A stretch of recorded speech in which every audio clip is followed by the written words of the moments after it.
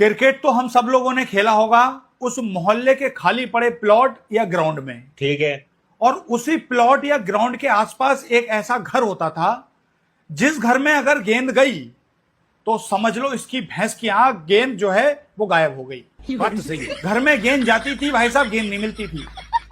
और उस जगह पर खड़ा हुआ फील्डर जब गेंद लेने के लिए जाता था उस घर में, तो उस घर की औरत उस लड़के को देखते ही कहने लगती थी, अरे सर पे गेंद पड़ी है, गोमड़ा पड़ गया, इनके मर जाएं, पूरा दुनिया जहां छोड़ के यहीं खेलने आएंगे, यहीं अपनी अपनी कब्रें खुदाएंगे।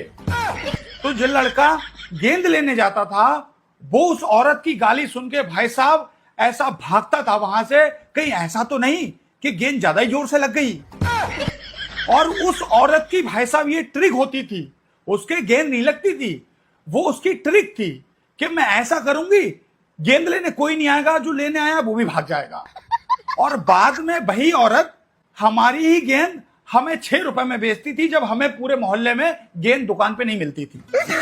और कभी कभी तो भाई साहब मजबूरी में उस घर के एक बच्चे को क्रिकेट में खिलाना पड़ता था कि गेंद जाएगी तो ये ले आएगा। बात तो सही है। लेकिन भाई साहब वो लड़का भी बड़ा शातिर होता था, दुआएं मांगता था मेरे घर में गेंद जाए, और गेंद चली जाती थी तो घर में जाता था और लौट आता था और हमसे कहता था, यार पापा बहुत नाराज हो रहे हैं, छोटा वाला भैया बाल बाल बचा है, उसके सीने पे पड़ती गेंद, पापा बहुत गाली दे रहे हैं। तो भाई साहब जाते ही नहीं थे लेने के लिए गेंद। और कभी कभी तो ऐसा होता था, जाती है गेंद थी, उधर से भाई साहब 2 गेंदें आती थी, उसका बाप काट के भेजता था गेंद।